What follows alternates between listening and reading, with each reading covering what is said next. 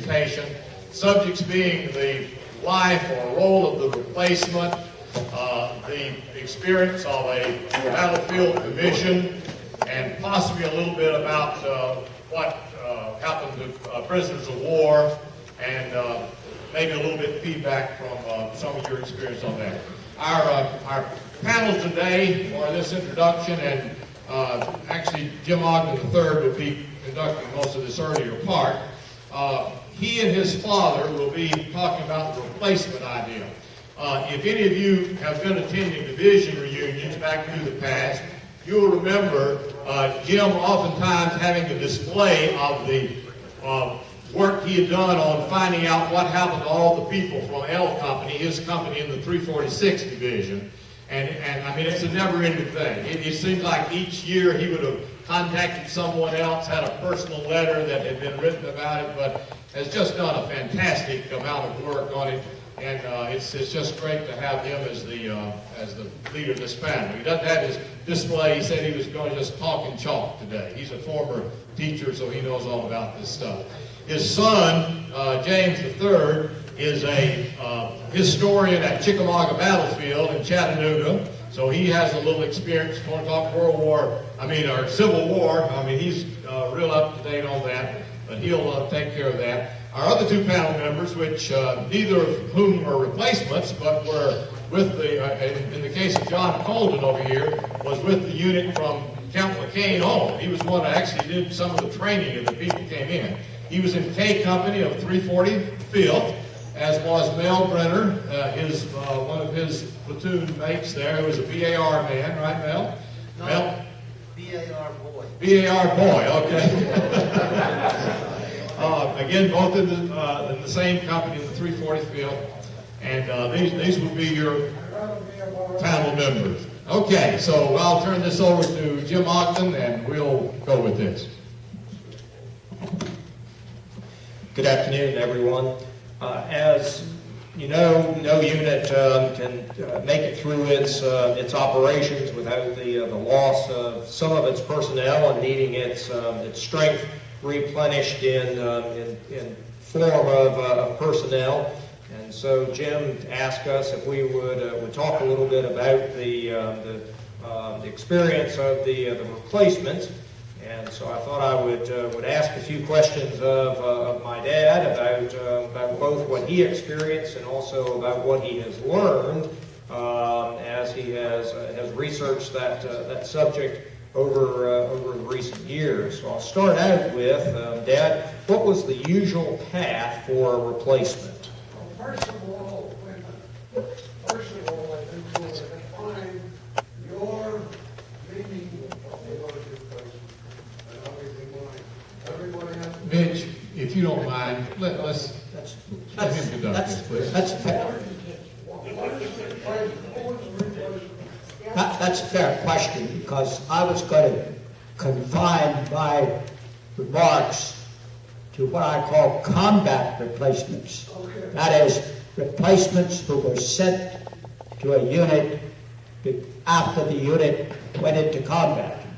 So I'm really talking about, I will be talking about combat replacements. The usual route was for a man, after his induction, to go from the induction center or reception center to an infantry replacement training camp.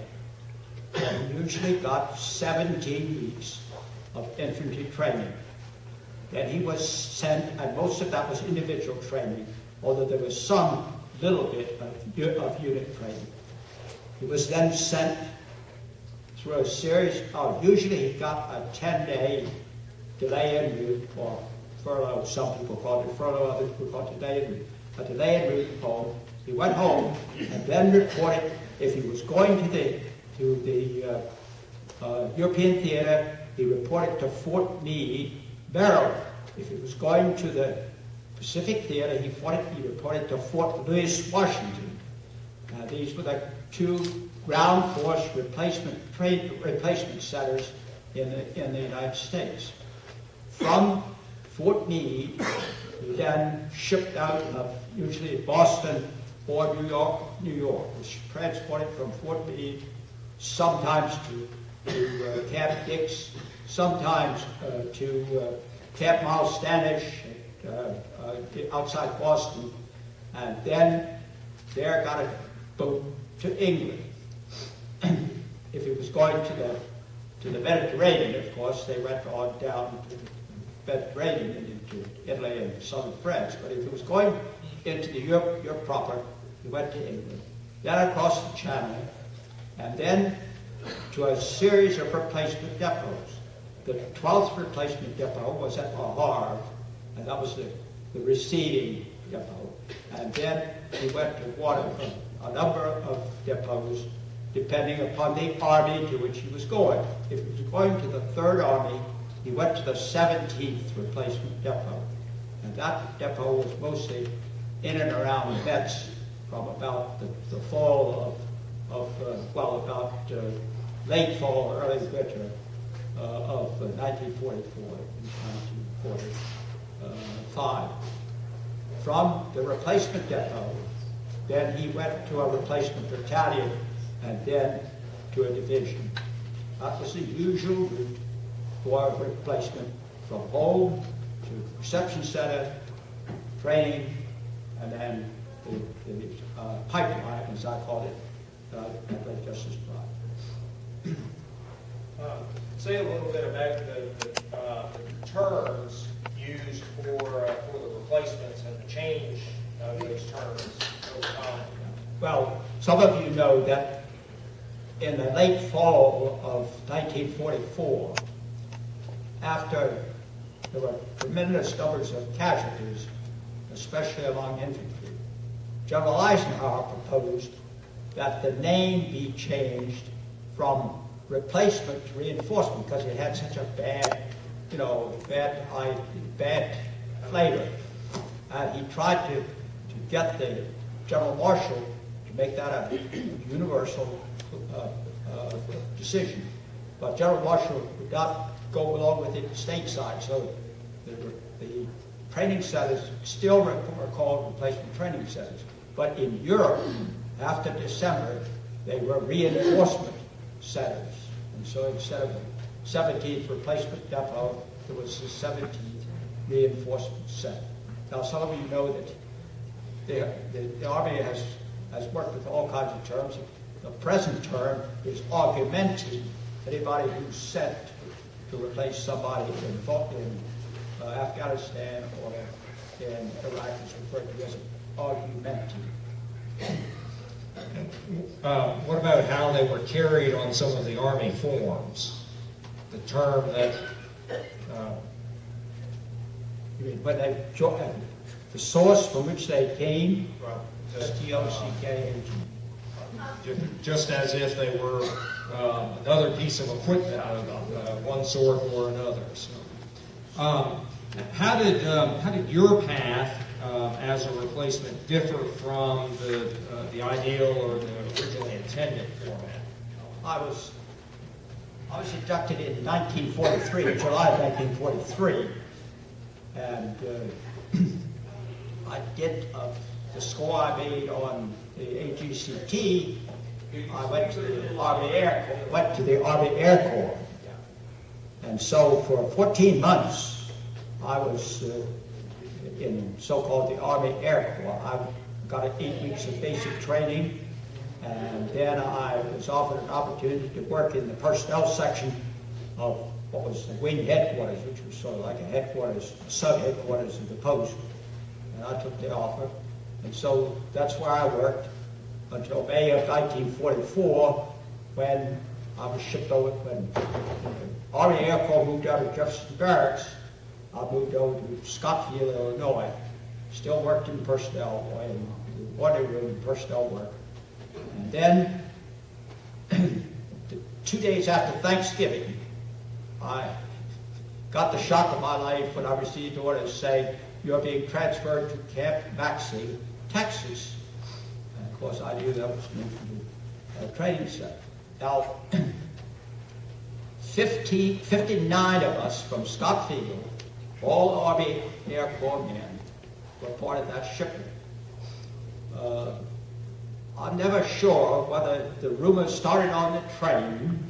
In fact, the train was loaded with former Air Corps men.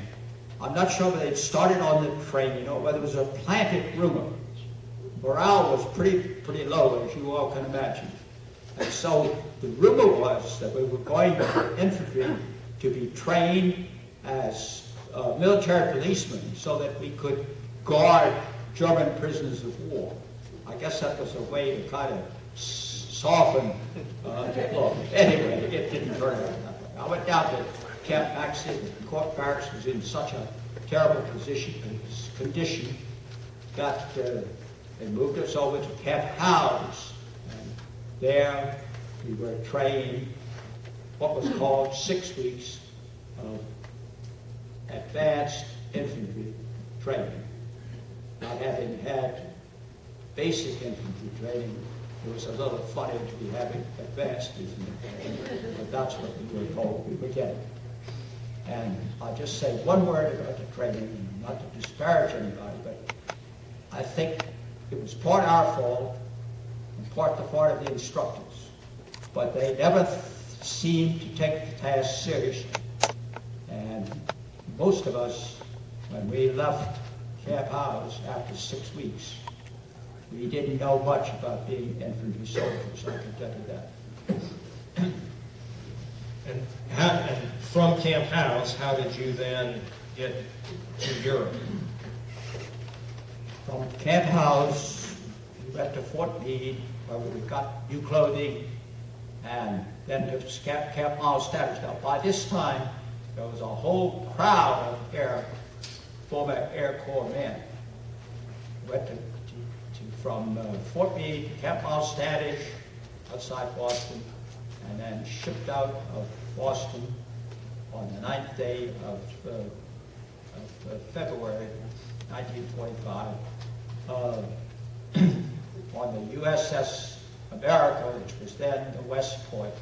7,500 of us, almost every one of them former Air Corps men. So it was all boatload of sourpusses, really. We went to England. In England for just a few days, then to Lahore, then to the 17th Reinforcement or Replacement Depot, and then to the 87th Division.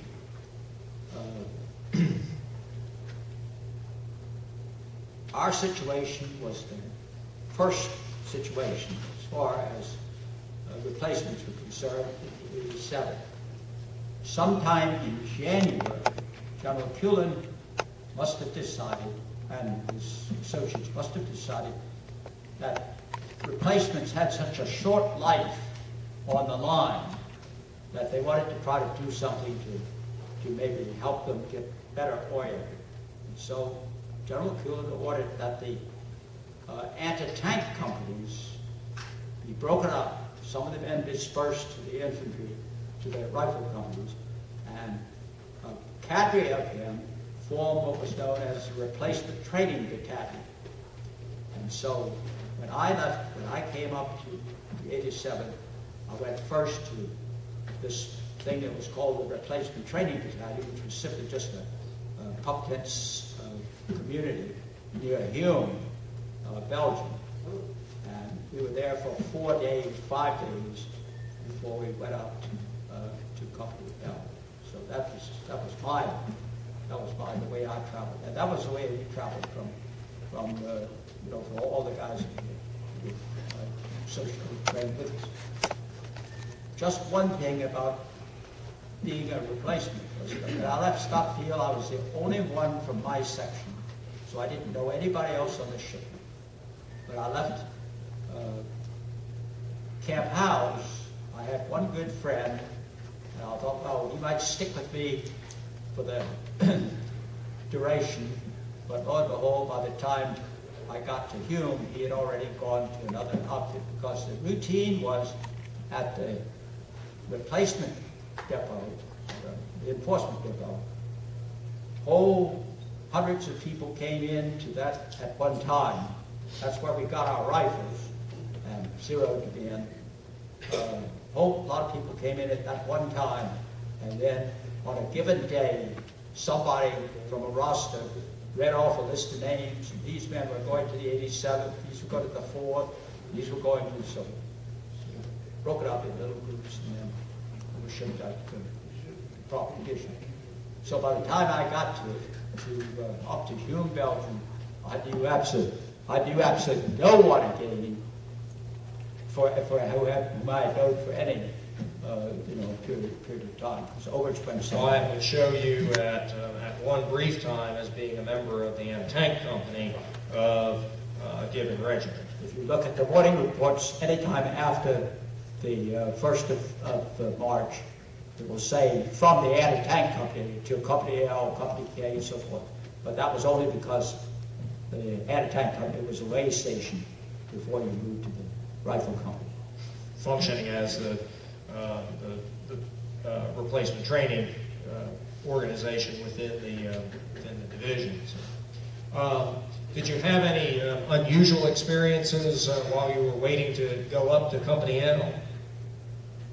I can't say that my experiences were unique, but 2 days after we arrived at that place where we pitched tents and stayed for 4 or 5 days at Hume, 2 nights after we arrived, one of the men who was in our contingent was on his way to the latrine, failed to answer the guard properly, and was shot and killed right there on the spot. So the third day we were up there, we knew that somebody had been killed. So after that, we were all very cautious about how we were moving around.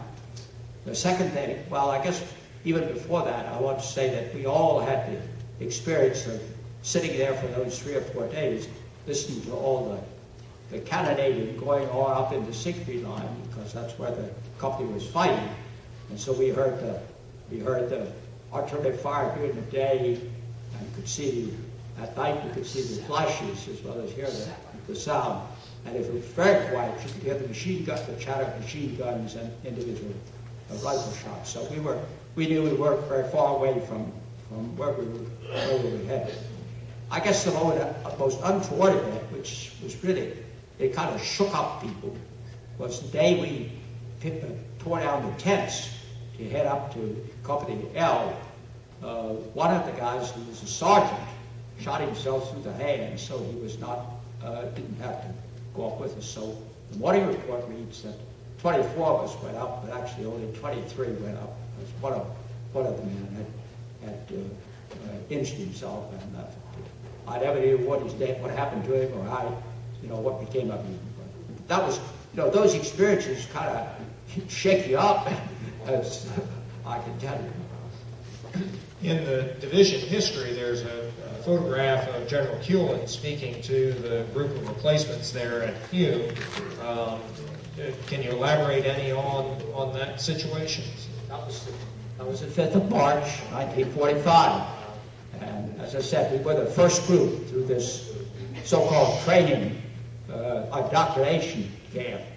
And so General Kuehlen, I guess, felt was supposed to come up and speak to us. So we were so if you look at that photograph in the, I can't tell you the page number, but there's a photograph of us standing up on the hill, all this in our overcoats, my truck, up to what I guess was the 3rd Battalion headquarters, or CP, that's where the cooks and so forth were. And then after dark, they put us on weapons carriers and hauled us up some distance, and finally the weapons carrier driver stopped and said, "This is as far as I go."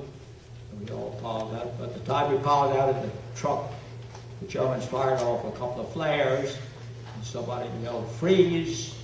and everybody froze. And then when the light from the flares disappeared, somebody yelled, "Run like hell and get in those buildings." And that was what we did. So that's how I came to Company L. What advice did you get from some of the old-timers when you got into the buildings? We had packs with some additional clothing, and so one of the things that some of the old-timers, there were only a few of them left, because the platoon we joined had been severely decimated in the Siegfried line. Suggested what we keep and what we get rid of. And so he said put on extra underwear, put on extra shirts, throw away the overcoat. Had to keep the gas mask because we were worried about inspecting it. Didn't keep that very long. And so I gave up my overcoat. I had some extra socks and so forth, put some in my helmet, and said some of the old guys got a few pieces of new clothing. Some of us had extras. And so we spent the night up there. Next day, we took off in a morning thing. We didn't know anything about what was going on, except we were told to fall in line and just follow whoever was up front. So that's what we did. How many were in the group that went up with you that night? There were 23, and all of them went to the 3rd Platoon Falcon.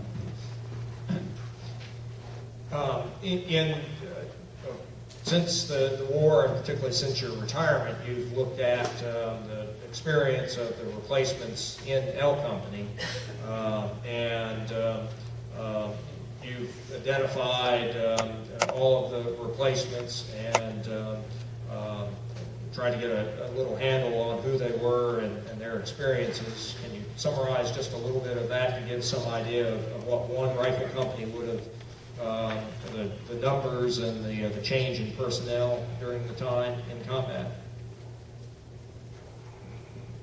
Well, when Company L went into action in the Saar Basin on December 11, 1944, it had a complement of 189 enlisted men and 6 officers. During the period of combat then, from the Saar Basin until the end of the war in Europe, on May 7th, 1945, 269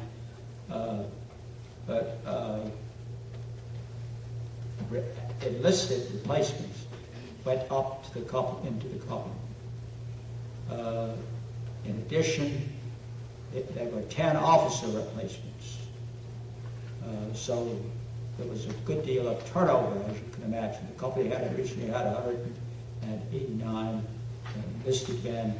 They got up 269 replacements. On VE Day, there were 135 of those replacements left in the company. I don't remember what the exact total of the original company was, but of the 259 replacements, who had 69 replacements, who had gone up to the company, 135 of them were still present on VE Day. So there had been a lot of attrition, a few transfers, a lot of people wounded, a lot of people out for sickness, illness, and so of course some people killed. A total of 474 different individuals served in that one company during the 154 days in combat. So quite a turnover during that time. So,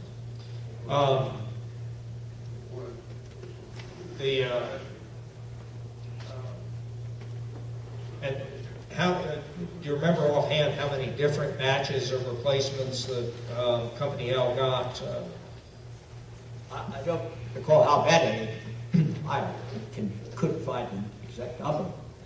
But the first batch of replacements came up to the company on December 31st. And those replacements, for the most part, were people who were called from rear echelon units and replacement depots where they had been knocking around doing odd jobs and so forth, because there was a real shortage of infantrymen. And so that first batch of 29, I think, about 29 people came up on December 31st. Was an odd conglomeration of people. We had some people who had been in replacement depots almost 6 months, and other people had been swept up from other organizations into the infantry. And then in January, there were 5 or 6 pools replacements.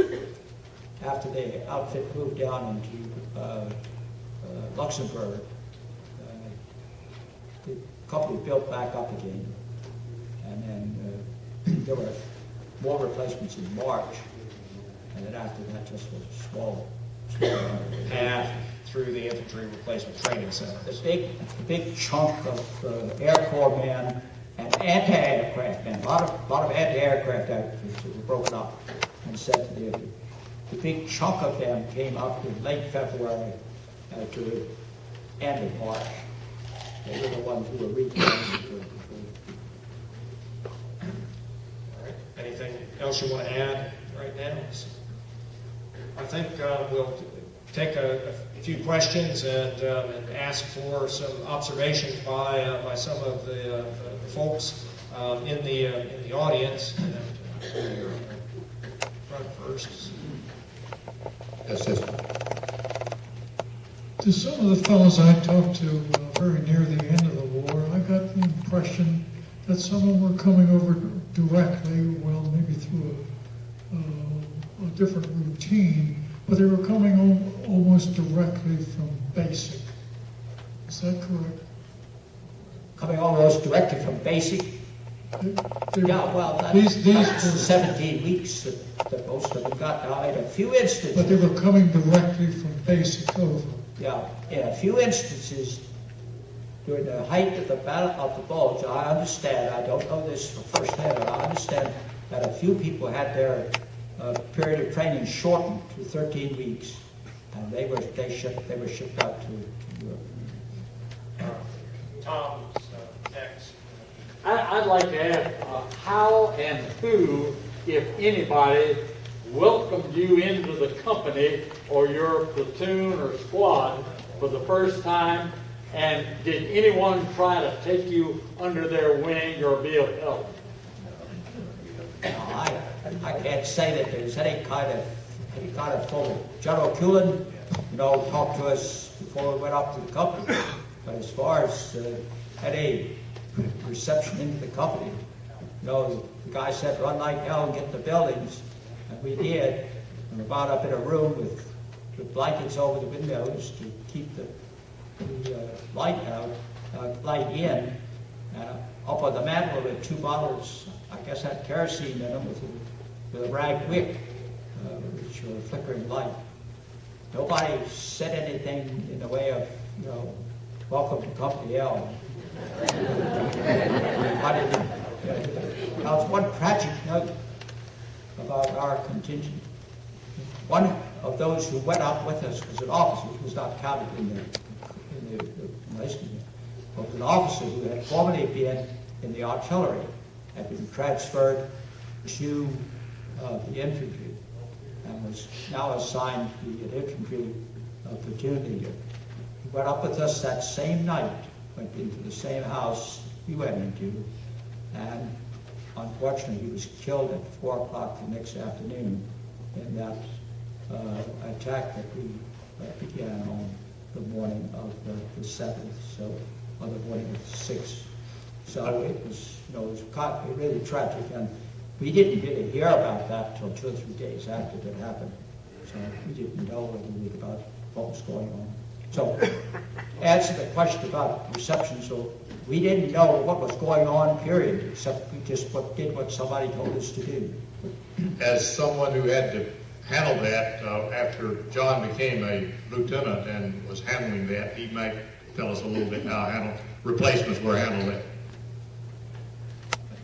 Normally, when we received a replacement, and this is during the bulge when things were rather hectic, and we were moving very quickly, and also the people coming to us were ill-trained in most cases, or not trained at all. But our sergeant, our platoon sergeant, would orient them first to the platoon, and then introduce them to their squad leader. And then the squad leader would introduce them to their hole, the foxhole, or whatever it is that they were supposed to be doing. That's a broad brush approach, but that's the way we handled it. An officer tried to get to them if he had time, but he didn't always have time to get to them. But they could get to the officer if they needed to, going through their sergeant and the normal handling of difficulties and problems. Did you mention there was one you never really got a chance to meet? Yeah, I think we had some during the fall. We had some people that were brought up. We got them at night, and we stuck them someplace with people like Sergeant Mayer. He was the squad leader. And he'd do something with them. He'd have to put them someplace. But it was very hectic, and we were under fire all the time. And we couldn't. I recall one fellow that I interviewed that I asked him. I said, "What do you want to do?"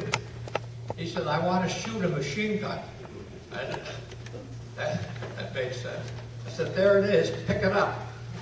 He said, "No, I don't want to pick it up. I just want to shoot it." And this poor fellow had no basic training to speak of.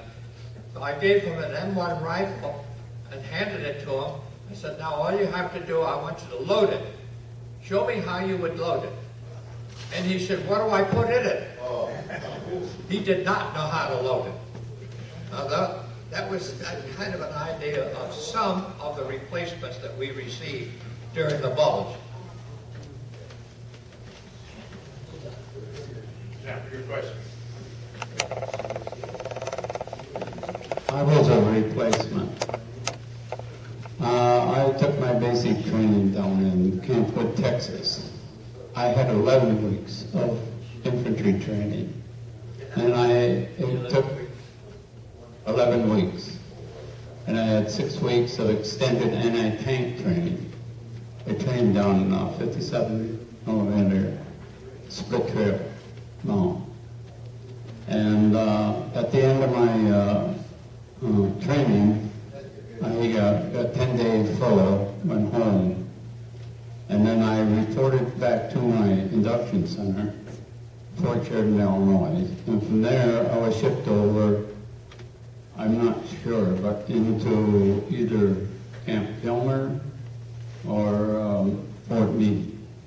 And from there, we stayed 5 days, and then I went up to the Boston Harbor. I got on the British ship, the General William M. Black, and went straight over to Le Havre, got on the ship at Le Havre, walked up that big hill, we got on the 48s, and we went up to the front. We stayed overnight in a chateau. We got up in the morning and went by truck, and we got up close to the lines. This was at night. We went up on foot, and I went into an area, and they signed me to a sergeant, and he took me over. I went and got in a foxhole with him, and we was in there for an hour or so, and then they said, well, we can go and get in a warming tent. This was in January of 1945. And they wasn't going to let me in because I was a replacement. I didn't deserve to be in there, but the sergeant talked to me and let me stay there.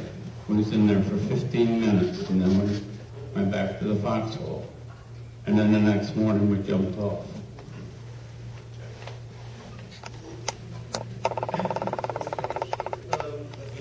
Let us move on. Wait, you mentioned a warming tent? Yes. What was that?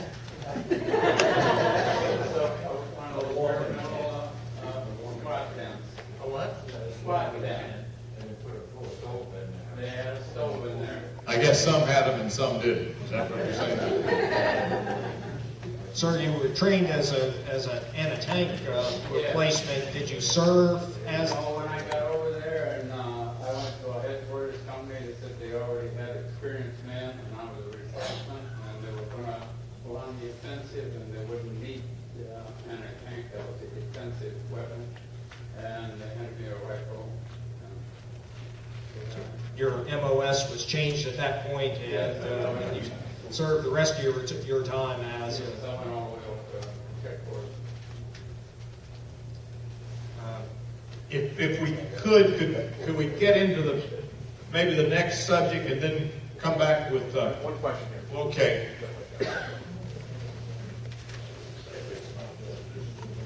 I'd just like to know, what was the, what was the average age of the replacements? I know that I had fellows in there that were older than my father.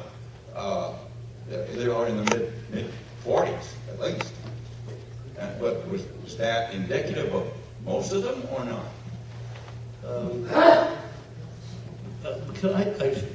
Before I get started with anything, I'd like to preface something.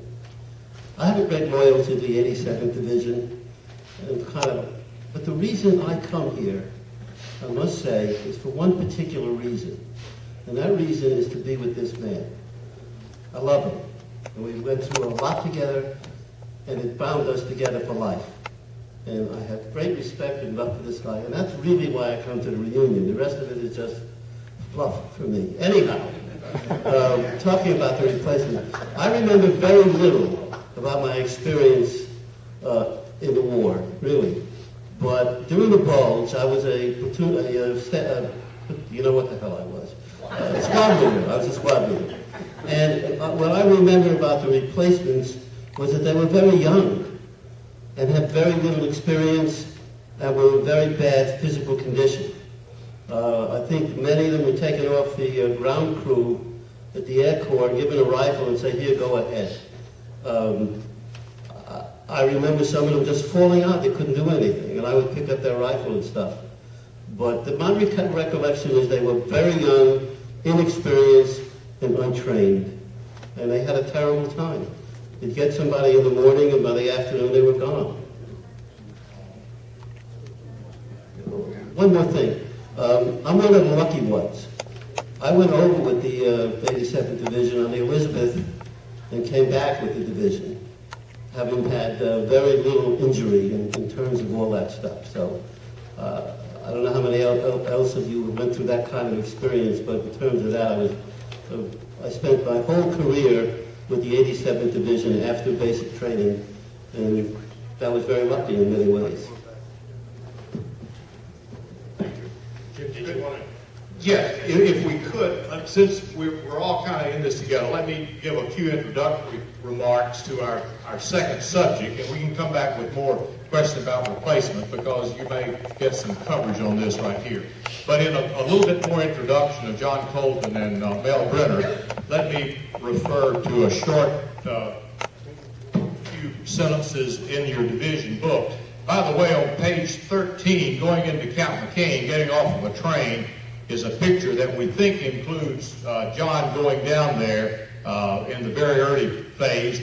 He's sure that his picture's on page 14, where he's helping a Sergeant Hunt, the first sergeant, platoon sergeant, I guess, in the company, who was one of the original cadre, training some troops on map reading at Camp McCain. But the little blurb I wanted to read you is on page 72, I guess, here. And this is describing combat of the 1st and 3rd Battalion.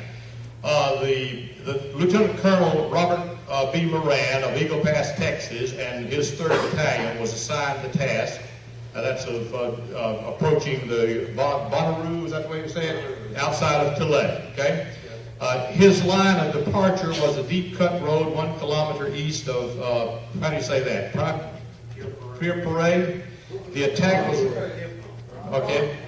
The attack was launched at 1000 hours in a column of companies with Company K in the lead. Utilizing all available cover, the attackers passed through Company B and advanced toward their objective. The leading element of the column was commanded by Second Lieutenant Thomas B. Burke of Washington, D.C., who led his men to within 50 yards of the first enemy entrenchment despite an intense concentration of small arms fire from the position. Assuring himself that all was in readiness, he gave the signal to assault the enemy and drive them from their holes. Lieutenant Burke leaped forward to lead the attack, setting an heroic example for his men. With such enthusiasm did his men follow Typical write-up, right? With such enthusiasm did the men follow him that they killed and captured 2 officers and 50 enlisted men. As they rushed in, however, Lieutenant Burke was struck down and killed. Technical Sergeant John M. Colton of Hoosick Falls, New York, immediately assumed command of the platoon and continued the attack. And then it goes on to some other details.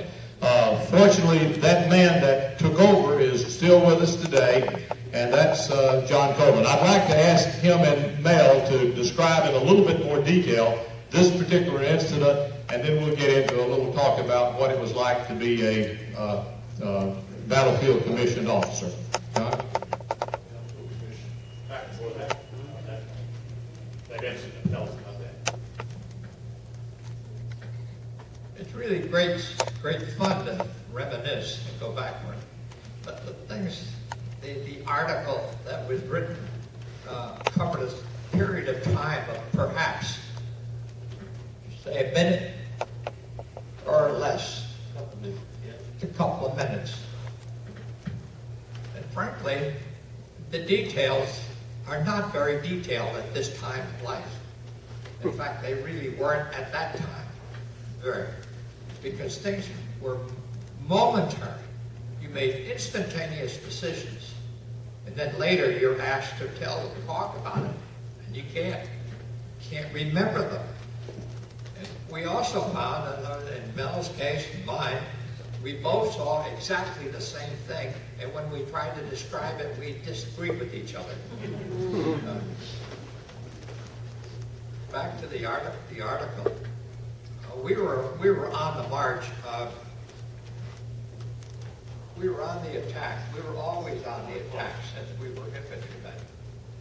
And we were walking along a period where above us was the road, and we were down below, and we were the lead of this attack. And then suddenly, and we had, by the way, woods down to our left. As we marched, we weren't marching, we were walking along. Stumbling, yeah, good point. Stumbling along. And you could see a little bit in front of you, and all of a sudden, a man rose up out of a trench. At least we think it was a man. We found out later it wasn't. But anyway, you raised up out of this trench and fired at us. And Lieutenant Burke, with his the training that he received at OCS or someplace, immediately hollered, "Charge! Follow me! Follow me!" And when he said, "Follow me," he never ended that sentence. And they shot him between the eyes. He was not very far. He was about as far as the other camera down there, halfway through the. So we continued the attack. That was one of the problems that Colonel Moran told me about. He said, I get these guys out of OCS, and they only last for maybe one little attack, and they're gone. But he said, you platoon sergeants take over, and you run the thing until I get another second lieutenant, and then he gets himself killed. And that was a true instance. I was the platoon sergeant at the time, and I did take over, and we went on with it. But we were not trained to holler, "Follow me." We had better people than us to do that. And we used arm and hand signals when we wanted somebody to move. We didn't have to holler at them because they couldn't hear us anyway with the noise. So you used arm and hand signals. And he was the sergeant, and he did the same thing with his people. If I wanted him to do something, I'd point a finger at it and told him, "Go." And he went. There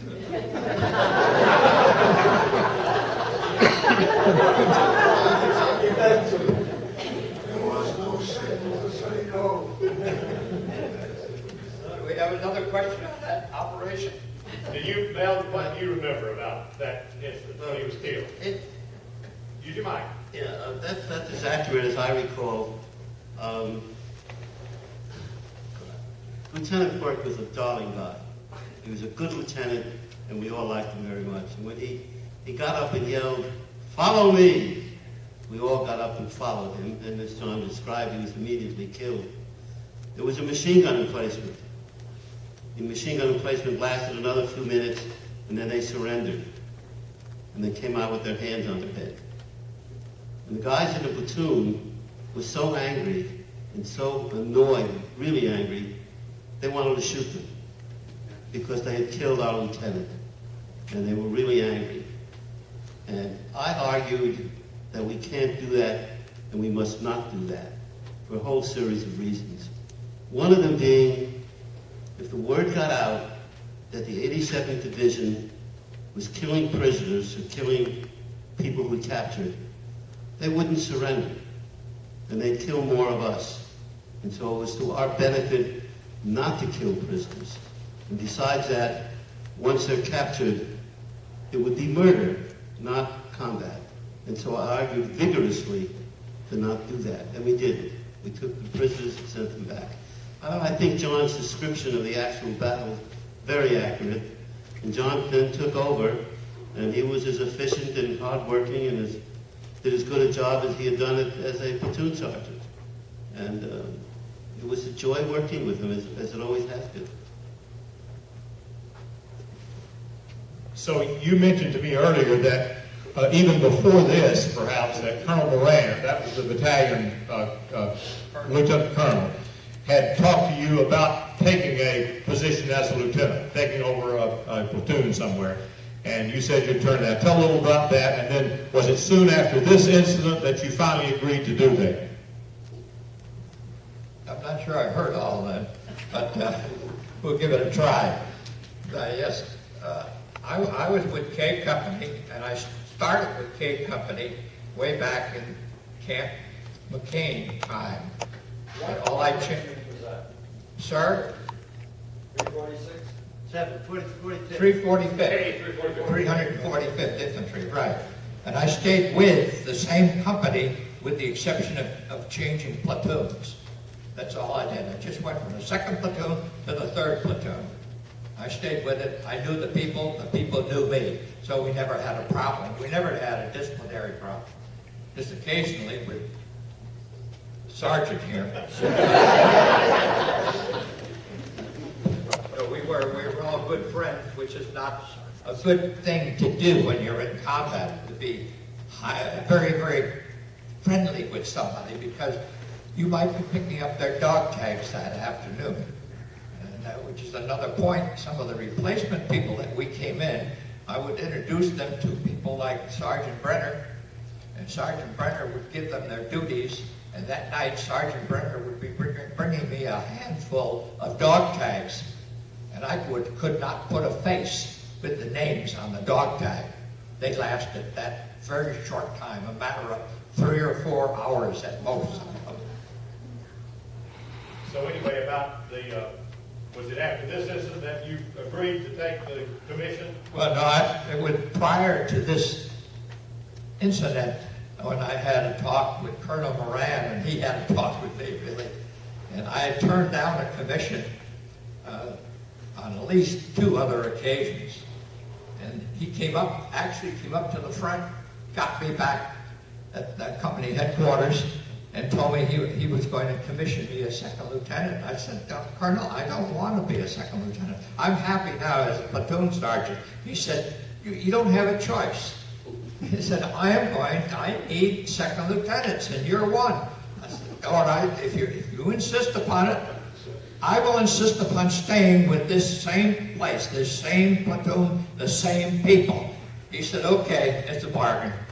And a couple of days later, he picked me, had his Jeep picked me up, and I went back to be commissioned. Tell us about your first salute as a commissioned officer. Well, I was picked up about 5 o'clock in the morning, and typical of that hour in the morning, you don't look very nice, and we didn't look very nice anyway. I don't know how long were we without showers? A couple of months? Well, during the 8 months we were in combat, we had 2 showers. Microphone. Oh, sorry. During the time we were in combat, I had anyhow 2 showers. There was such a thing like a shower truck. And they brought up this truck, and you'd go inside, and there were some showers in it, I don't know, 5 or 8 showers. You took off your clothes, the water came on, you got wet, you soaped up, and then the water came on again and you dried yourself off.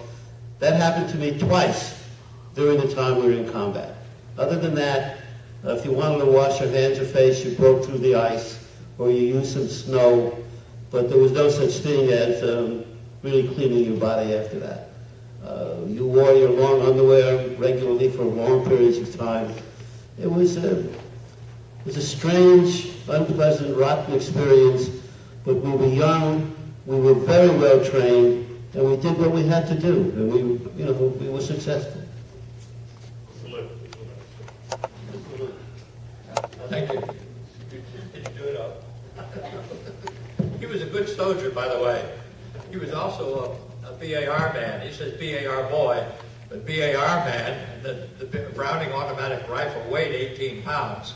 And that's just about what his weight was. The interesting thing is that when you stood the BAR up on the shoulder, it was as tall as he was. So we had to do something with that, so we promoted him to a squad leader. He found somebody else to carry it. John was my platoon sergeant when I came into the outfit, and they made me the BAR boy. And you had to go out in the field to prove you could shoot the darn thing. And the regiment was firing BARs and stuff at these targets. And I figured I would louse it up and they'd take the BAR away from me. So I did what I was supposed to do. And I looked, there was a list of guys I was 3rd in the regiment. I said, how did that ever happen? I'm 3rd in the regiment. I got 100 points left to go. So I said, okay, I'm going to close my eyes, I'll pull the trigger, and nothing, I don't care what happens. So I do that. And as I'm doing it, this guy's standing right over me, and he says, you'll never get rid of the BAR like that, then. Actually, on the line, what we called on the line, and that's another story. I got on the line and brought me up back to a little village in Belgium, and we went down into the basement, and it was a cobblestone basement. And who was there but Colonel Moran? And he had another fellow with him, and they were going to commission. There I stood. Now here I was, and the way I looked must have been terrible. At least it looks to me now when I see the pictures, because I was wearing long underwear that was on the bottom. We had it on for quite some time, but I also had a pair of pants, and over those pants I had a second pair of pants.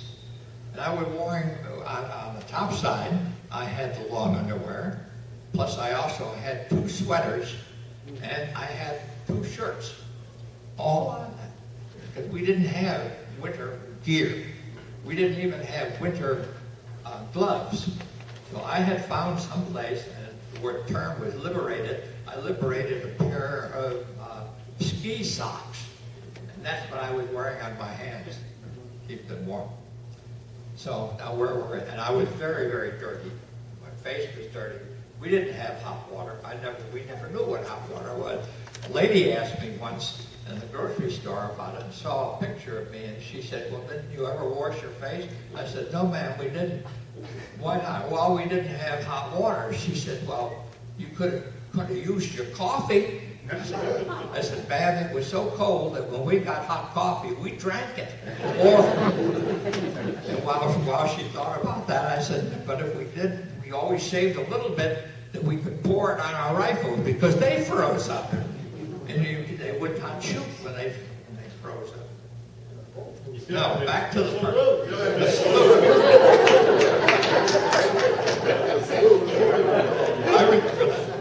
I used to give it all the time. Anyway, I was commissioned. Colonel put bars, with old bars on me. They call him, my son is the lieutenant up at the prison, and they call them butter bars. And it does look like a butter bar on me. And here we go out. Oh, they took some pictures. It doesn't take very long. And then he said, well, Sergeant, you go back and keep things going. Stay on the attack. Yes, ma'am. Yes, sir. Okay, Colonel. Off I go. So I walked out through the building, about from here back to that back wall. And out there, it was like Wonderland. The sun was shining. Everybody looked just beautiful. The soldiers were all in Class A's, wearing ties. So I started across the street, and here was this MP, tall, good-looking soldier guy. And man, he gave me a salute like you wouldn't believe. Oh, I thought that. Then I remember that you were supposed to give that guy $1 for your first salute. Man, I didn't have $1. I didn't have any money at all. So I returned the salute and went on across the hall. And by that time, the man, my driver, I call him my driver, he was the colonel's driver, he came to me and he said, Lieutenant, how about some coffee? I said, hey, I just love it. He said, we'll go right over here. And we went over to this, just across the street, not very far, maybe 10 or 15 feet. And a USA truck, and next to the USA truck was the Salvation Army.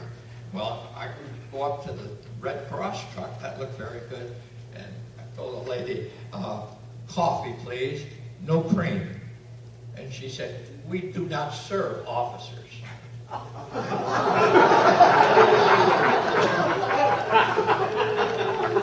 said, ma'am, I've only been an officer for about 10 minutes. We still don't serve officers. By this time, my driver is standing over there with a big grin on his face. He says, over here, Lieutenant. So we went about from here to Mitch. And that was the Salvation Army. And they gave me coffee. Also gave me a roll. I said, how about my driver? He said, you betcha. They took care of him also. Where was this? Where This did was this occur? in Belgium, and I can't tell you the name of the town. I can't remember. Yeah, I could if I were at home. But that, I guess, was typical. Now, since then, I've told this story many times, and my brother was the first to say when I told him about it, and he happened to be an Air Force guy, and he said, well, that's the last time that I'll give those folks any money, the Red Cross. And that's true. And if you want to do that, that's your privilege. Mel, any comments about any changes that were made after he became a lieutenant? Well, discipline became rigid. You even saluted when you were in a foxhole, because he was a tough guy. Let me tell you. I don't know. As I said at the outset, I remember I don't know how Manchester does it. Come to think of it, because he seems to remember everything. And I remember very, very little of the combat experience at that time. I remember kind of, sort of what happened to me, but that's about it. I don't remember very much anymore. And so I just don't know how to answer the question. We just went on doing what we had to do. And, most of you know the conditions were terrible. One of the things people don't know about the infantry is the infantry always sleeps on the ground. No matter what the weather conditions are, no matter what's going on out there, you sleep on the ground. And I do remember having these cockamamie mummy sleeping bags. And so you get into the sleeping bag at night on this frozen ground, and the heat of your body would cause some melting to take place under the sleeping bag. But then it got colder, and that would freeze. And so when you got up and out of the sleeping bag in the morning, you had to take a trench knife and get the sleeping bag out of the ice. As any of you guys who served on line companies know, I'm not telling you anything you don't know, we carried socks in our helmet. And so we could try, have warm socks once we would change from the wet socks. We had the regular army shoes. We didn't have boots or anything like that. We had the regular army shoes. They get wet and they never got dry. As I say, I'm not telling you, guys, anything you don't know. It was cold. I cut up a blanket, and I had this blanket wrapped around me underneath my jacket. You know what saved my life? Seriously, being little. Being little helped a lot, because we would go through German forests, and the branches started about 5'5", and I walked underneath them. And all these big guys would bang their heads, and the snipers could see them. They didn't see me. So, when I was a kid, I hated being little. And I learned, well, what an advantage it is for being little. I didn't get shot at that often. And, but the conditions, the winter was so awful. I must say one more thing about our cooks. The cooks had these, as you know, had these thermos kind of things. And they, when they could, they would fill the thermos with hot food and bring it up. And they really tried hard to bring up hot food when they could. One of the things that stands out in my mind is we had a terrible day one day. We lost a lot of guys. The cooks managed to bring up food. You could have had thirds that night because there were so many guys not online anymore, wounded, killed, frozen, whatever. And as I say, you could have had not only seconds, but you could have had thirds. And happily, I was one of the few guys that could have had thirds, and I was lucky enough to make it through the war. John, of course, was shot in Koblenz, and we got a new lieutenant. He was a 90-day wonder, nice guy. His name was Patton, Lieutenant Patton. And you'll forgive me, but you will recall that General Patton was known as Blood and Guts. But we had a name for this lieutenant also. And you forgive me, we used to call him Piss and Shit.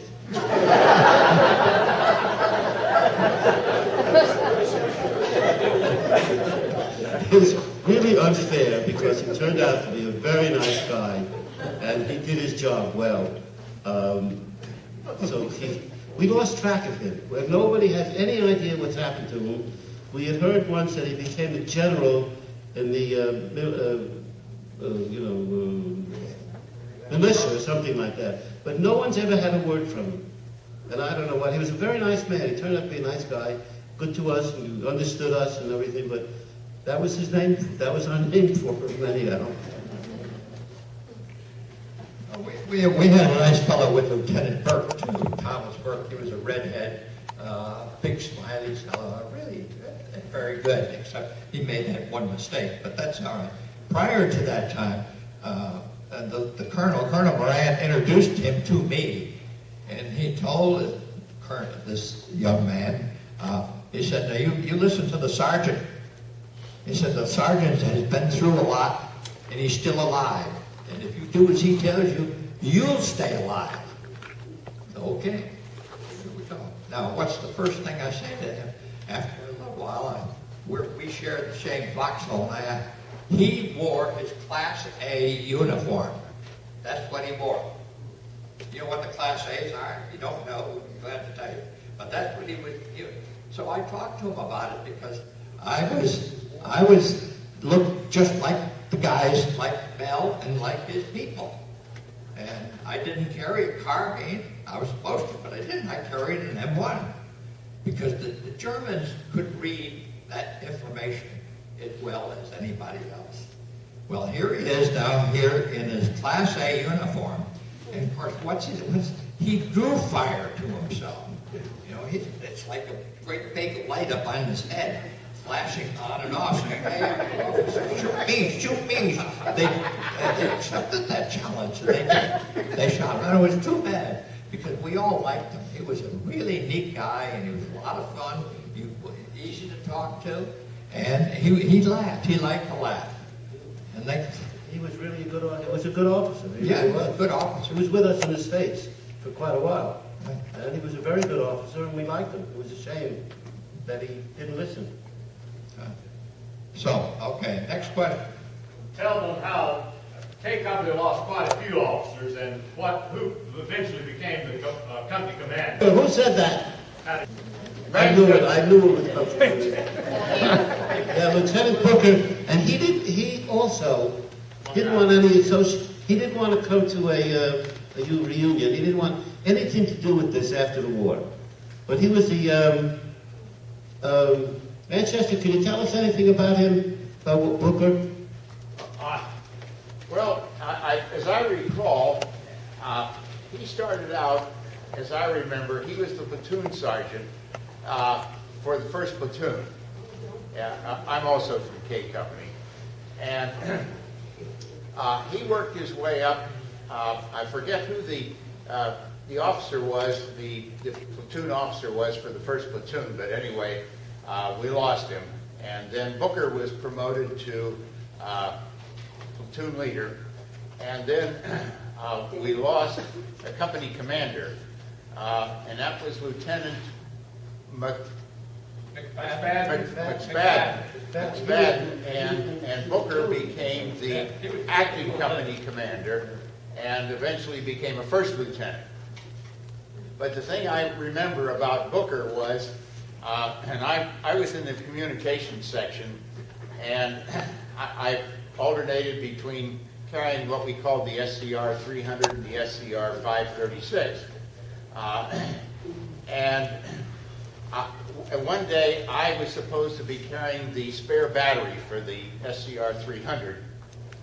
We were in Koblenz, and we were fired on from Fort Ehrenbreitstein by a machine gun, and I was last in the column that was going alongside the railroad embankment, and everybody ran that way, and I said, I can't make it with this battery, it's too heavy, so I went this way. Well, I had to wait till nightfall to catch up with the company, but this made Lieutenant Booker so mad that he said, you know, we could have, without a battery, if the SCR 300 had gone dead, we wouldn't have been able to communicate with the battalion. And I hung my head and I said, sorry, sir.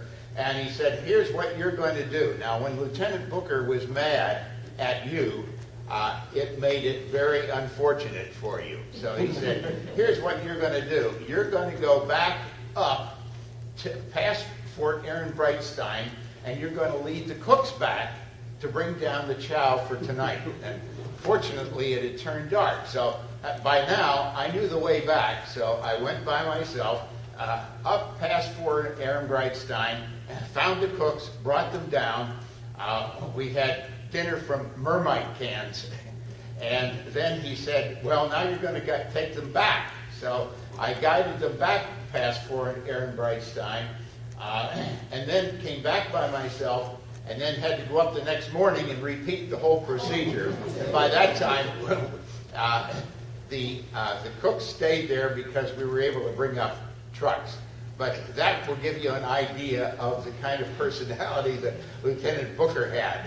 He was one, when he got mad at you, you did have to really regret it.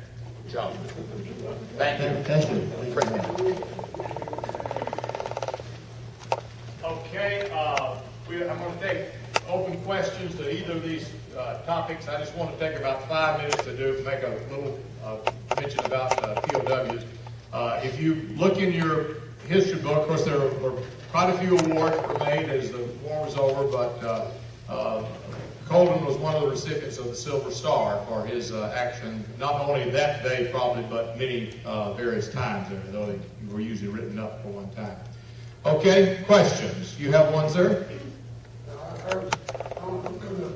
I'm going to tell you a story that should be told.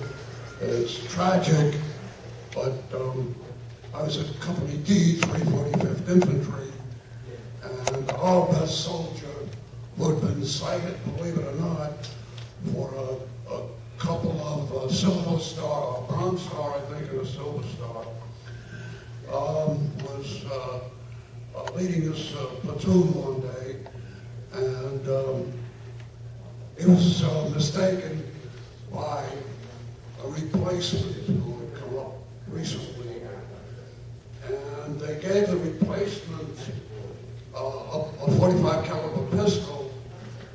He was not familiar with it, and he had just cleaned it, and for some reason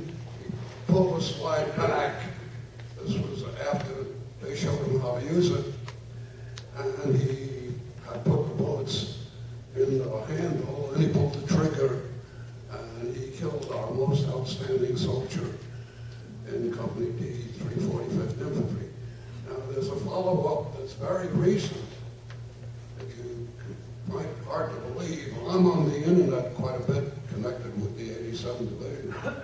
So I get a letter from this guy who was killed from his brother, asking me to give details about how the brother was killed in action. Well, during that, right after the guy was killed tragically, the people who knew about it got together, and we pledged one another that the true story would never be known.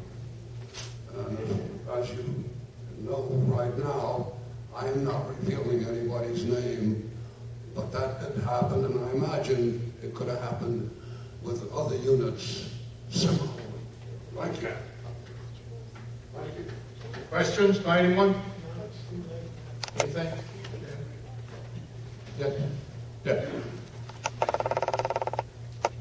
I'll share this one about replacements. We've been talking about replacements. And sometimes they would come up in the morning, usually 5 or 6 or 7, right? Maybe more, yeah. But not too many. But anyway, we did the introduction thing, and I was standing on the line. We called the line. Now, the line, that's where we would dig in and wait for the enemy to come after us. So I'm standing there, and this young man, his squad leader brought him over to me, introduced him to me, and he said to me, I don't see it. I said, you don't see what, soldier? He said, they said I was coming up on the line, but I don't see a line. So we had to explain the line to him. I showed him, I said, well, where you are, can you see that fellow over there? Just see his head? He said, yeah. I said, well, the line is between him and you, where you are here. Oh, he said, yeah. And then he said, well, thank you, Lieutenant. And he gave me a big highball. Hey, look, you don't salute me up here, and you don't call me Lieutenant. You call me Colton. I said, that's my name, Colton. I said, if I get really ticked at you, and I use stronger words than that, I said, I'm going to come up to you when you're on the line and give you a big highball, and you won't make it through the day. That, unfortunately, was typical of many of the replacements that we received. They were nice people, but not trained, and had no idea what they were doing or what they were supposed to do. I just want to know something. How many of the guys sitting out there had my experience going over with the division and coming back with the division? Are there many of you there? Oh, that's great.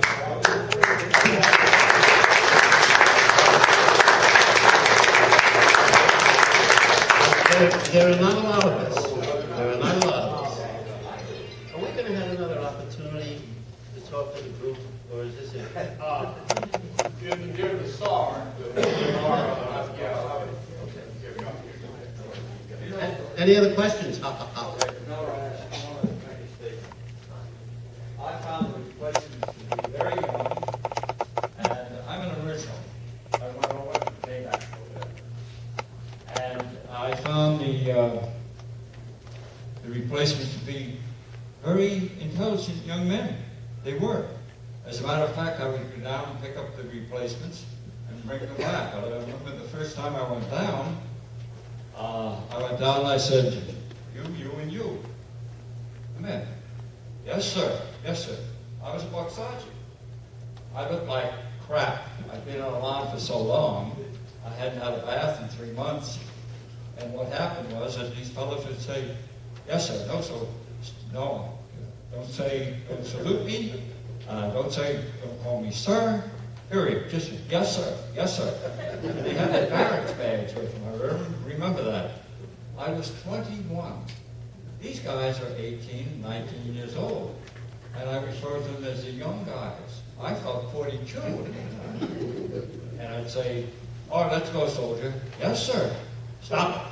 Leave your barracks bag there. You're going to tote the barracks bag up to the line. I was with a heavy weapons company. And we go down and pick them up. And I'd say, all right, come on, Smitty. What's your name? Or whatever it was. Here's your new sergeant. Just listen to him and keep your butt down. And I'd walk away. And the tragic part was the next day you'd come back and they said, where is that? What was his name again? Smith or something like that? Where is he? 24 hours, not even. Yep.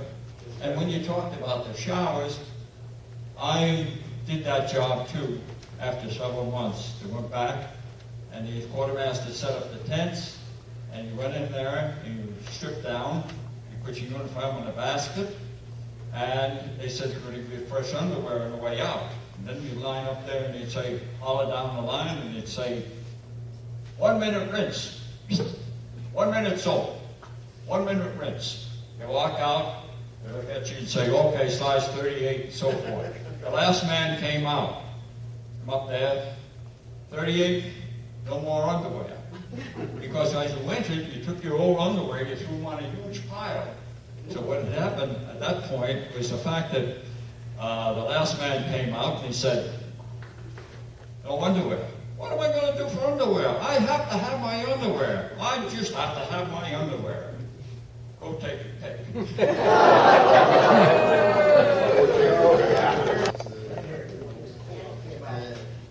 The Germans used to call us gangsters, New York gangsters. But anyway, the reason why, because most of the time we did a lot of the, we talked Jewish, so we talked to the Germans. So they used us a lot. And my recall about the young fellas coming into the war zone, I call it the war zone, a hell of a zone. And one kid came in, I don't know if you all know, but it was between February and March, it got very warm. We didn't wear, the blankets that much, and we took off some of the uniform, some of the combat jackets, and the sun was shining with no fog. But anyway, we took a town, don't ask me what town, I don't remember, so many towns. And we were on the outskirts of the town, but I don't remember, I think it maybe some of the fellas here were there. And it was a beautiful day. And one of the kids, one of the replacements, took his helmet off. There was a fence, like, the cowboys sit on. Are you going to sleep? Don't go to sleep, please. Lieutenant. Anyway, he goes up, what do you think he takes out of his pocket? A comic book. He's sitting on the fence, no helmet. He took off his fatigue jacket, his combat jacket, and went to like this here. Boom! Right for the church steeple. That fell right off the fence. And this is what I had, my experience with kids that came up. Thank you. We have 5 minutes before our bewitching hour. This is going to be the end of our session today. Let me make a few comments here.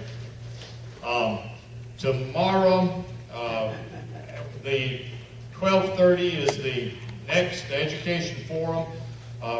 Those of you who were last year, remember we began a discussion of the SAR, but we were only able to cover pretty much the 346 effort there. We want to pick up a quick review of that tomorrow and then talk about some of the guys from the 345th and a little bit more from the 347th. I think Moran talked a little bit because he was here last year, but I think that's as far as we got. And then that will be in Salon E. That's over on the other side, in one of those smaller rooms that we'll have over there. And then from 2:30 to 4, Tom Langston will be back, and he wants to kind of follow up some about what you guys kind of were experiencing and what you were either hearing from home or sending home or some other things. and maybe just some other general catch-up topics that we may kind of get a feel tonight if you'd like to hear something a little bit more covered or not. Let me just mention, my original idea was if we needed time to talk a little bit about the experience of the POWs, I just wanted to mention a man, Frank Harmon, who had trained at Camp McCain with the division. He was in the same battalion that Colden and was in. He was in the headquarters company in the INR. That was the Intelligence and Reconnaissance Section. And on the very first day of combat in the SAR, he was a sergeant at that time. He and another man from the section were sent forward by the battalion S3 to get contact with one of the line companies that was up, and they lost communication because the radio had gone out. Well, he established communication, got communication back to the headquarters, and the company commander there said he had lost communication with the company that was to his flank and asked him to go and try to establish contact there. Well, in the process of carrying out this secondary order, I guess, he and this other fellow were captured on the very first day of combat. And so some of you may have remembered, I think it was published in one of the earlier editions of the GAN about his story finally. But the thing that became so precious to me was, before my father had died, he had reestablished contact with Harmon. Harmon was reluctant to come back to any reunions because he felt so bad about being captured. He'd gone through the whole, 35 years feeling like he had almost deserted the situation and failed. Yeah. And he concluded this. He talks about the experience and also some funny things that happened, but he says, I have not talked much about my experience, which had been repressed to fester in my mind. For 40 years I have lived with a terrible guilt feeling. Guilt for coming back alive when I saw so many of my friends die. Guilt for letting my regiment down by being captured. A fear of being rejected by my 87th Division buddies for being captured. Well, fortunately, that was his feeling then. He knew that he was welcome back, and I think probably you had some occasions on some of the division reunions to see some people. I remember at several of the reunions there would be a special recognition, a special ribbon, I think, that the former POWs got together. But that was another tough experience to have to go through. Again, I'd like to thank you for your patience for our 2 sessions today. A real thanks to Jim and Mel and John for your input today. And maybe we'll hear some more from you next year. Okay. Yes, sir.